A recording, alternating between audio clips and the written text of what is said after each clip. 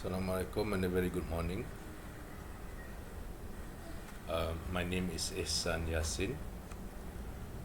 I'll be presenting a paper entitled Motorcycle Detection Using Deep Learning Convolution Neural Network. My co-authors are listed below. Fatin Natasha Ismail, Adizul Ahmad, Magad Shahirul Amin, Magad Adi, and also Rahimi Baharu. We are all from University Technology Mara, Shah Alam, Malaysia. So moving on to the presentation outline, I'll be speaking a little bit about some overview of the project, and subsequently I'll be talking about the methodology that we have used for this project. I'll also be discussing about the results and discussion, and finally some concluding remarks are given. Malaysia is one of the countries in the world that has great risk of road fatalities, and 50% of them are motorcycle fatalities. Three primary reasons were identified by a paper by a researcher. You can see the details of this research from our paper, the reference.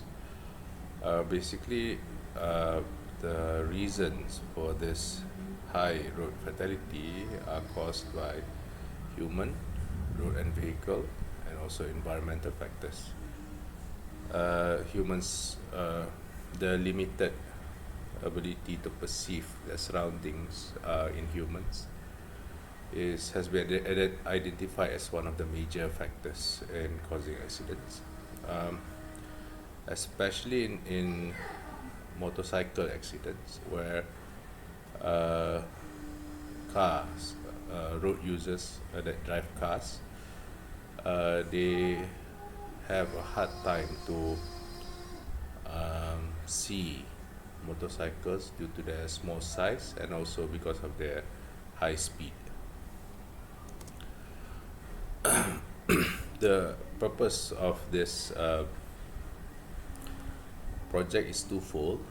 We are trying to invent an image-based method for detecting motorcycles for the purpose of autonomous vehicles. This is a project by UITM.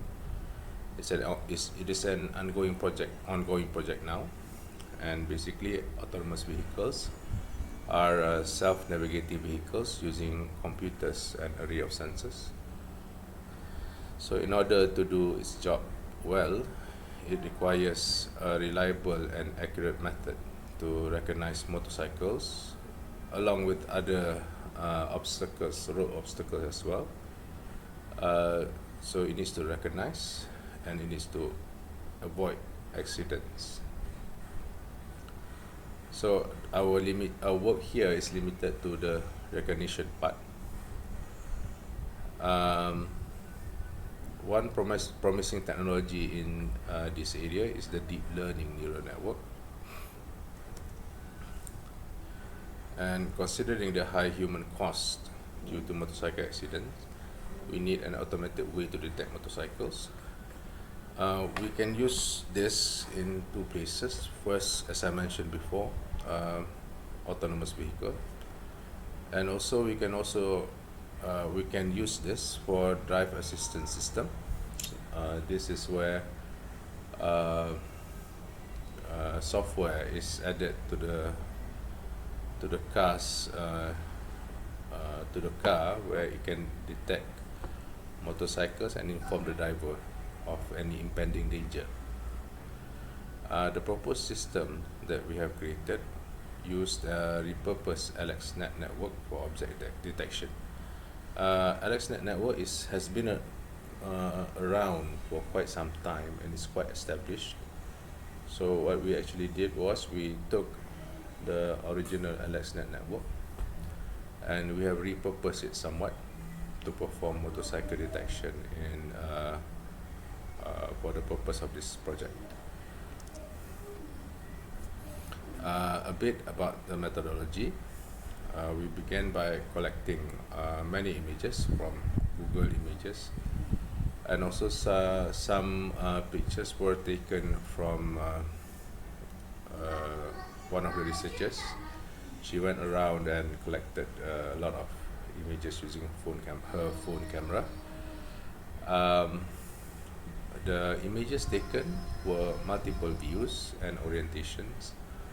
We took pictures from the side of the motorcycle, from the back, and also from the front. There were cases where they were overlapping, the motorcycles were overlapping with one another.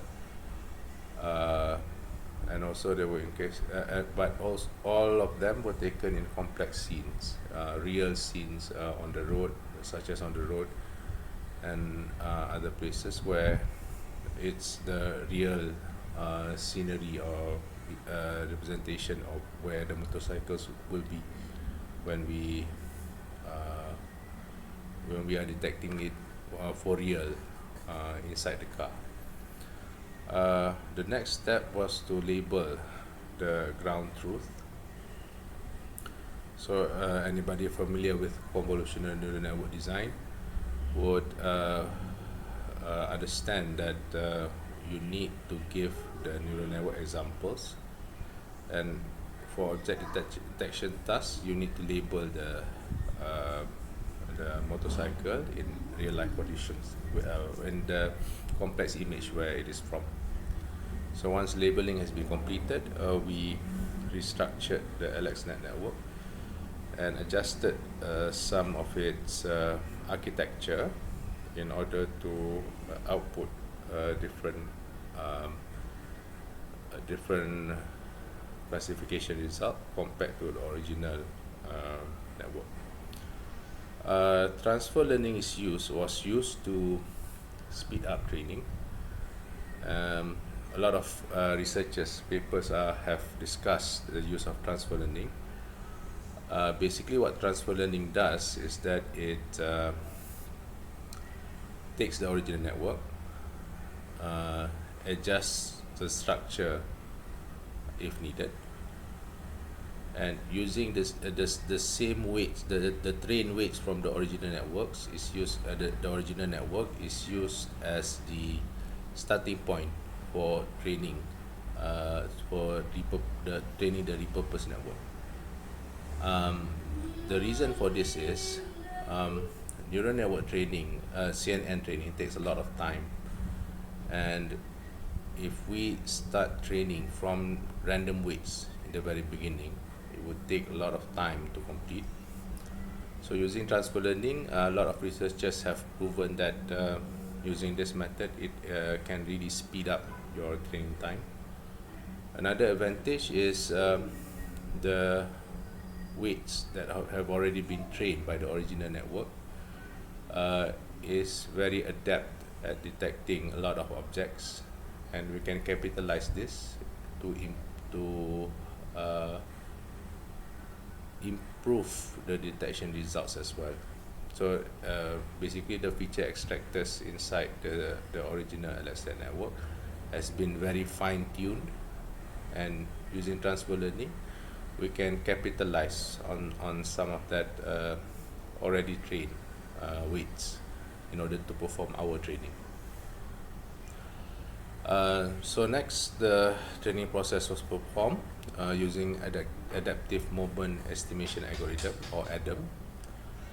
This is a relatively new training algorithm in deep learning circles.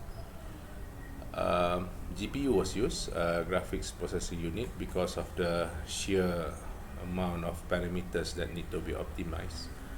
A lot of researchers are using GPUs as well to perform deep learning training, because the parameters are so many, and using GPUs we can really speed up the computation using its parallel multi-thread architecture. We also did some L2 regularization to avoid overfitting. common problem in a lot of deep learning neural networks is that we train it to the point where it only recognizes objects that it has seen before and is unable to generalize on objects that it has never seen before. So basically it will perform very well on the training set. However, for the testing set, there will be some issues with detection. So we want to avoid that, and we use L2 regularization to avoid overfitting. So this is the result of the training process. The training completed after 63 iterations, and for each iteration there was around 15 epochs each. We optimized the mini batch size to capitalize on the GPU memory. We use 1080 Ti NVIDIA 1080 Ti GPU, which has I think around 11 gigabytes of memory. So in order to optimize the use of that memory to speed up the training process, we kind of adjusted, a little bit tweaked the value until we arrived at a value of 448. This uses approximately 80% of the GPU memory, and we can't go any more over 80%, because if we go anywhere over 80%, if there is a sudden spike in the GPU memory usage and it goes over 100%, the training process will halt immediately, so it will be disrupted. So we stayed at around 80% memory utilization, and that has proven to be quite stable for training this neural network. Here are some of the sample results. As you can see here, the motorcycles are being detected quite well. This is from rear view. However, there were some cases where the motorcycle was not detected. If you can see the top right corner, there's another motorcycle, and there were also cases where two motorcycles were detected at once. So this usually happens with when the motorcycle region is quite small. This is another example where double detection, two motorcycles in one bounding box. As you can see, the image is quite representative, quite complex and representative of the actual situation in which the motorcycle detection algorithm will be used. This is another example. This is for a lot of motorcycles. If the motorcycles are overlapping, there is a very high tendency, the motorcycles are near to each other, there was a very high tendency for overlapping detections. For this, I think we can solve it using more training data in order for the computer to understand that there are more than one motorcycles in that particular scene. So this is for frontal results. You see that the algorithm is performing well, albeit some multiple detections per bounding box. This is also another case. For the motorcycles at the back, the tendency is not for them to be detected well, but for the motorcycles in front, it's performing quite well. This is from the side view. So detection for the motorcycle. This is an example for misdetection. Somehow or other, the image at the road divider was detected as a motorcycle as well. This is also another case where misdetection occurred. There was